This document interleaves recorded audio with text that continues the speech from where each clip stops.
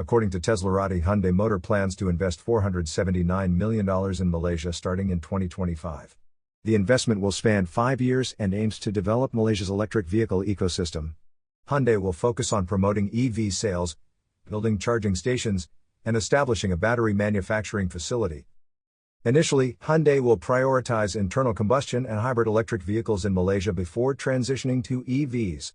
This aligns with the country's growing green policies. Hyundai is partnering with Malaysia's Inokom Corporation to produce its Staria minivan, targeting 20,000 units annually. The automaker also plans to launch mid to large-sized SUVs and MPVs under its Hyundai and Genesis brands. In contrast, Hyundai is moving directly into EV production in Thailand, with a $30 million investment announced in August for a battery EV assembly plant. The Thailand facility will focus on the IONIQ series. Hyundai continues to expand globally, including launching India's largest IPO earlier this year and exploring opportunities in Indonesia. You are listening to IONIQ News.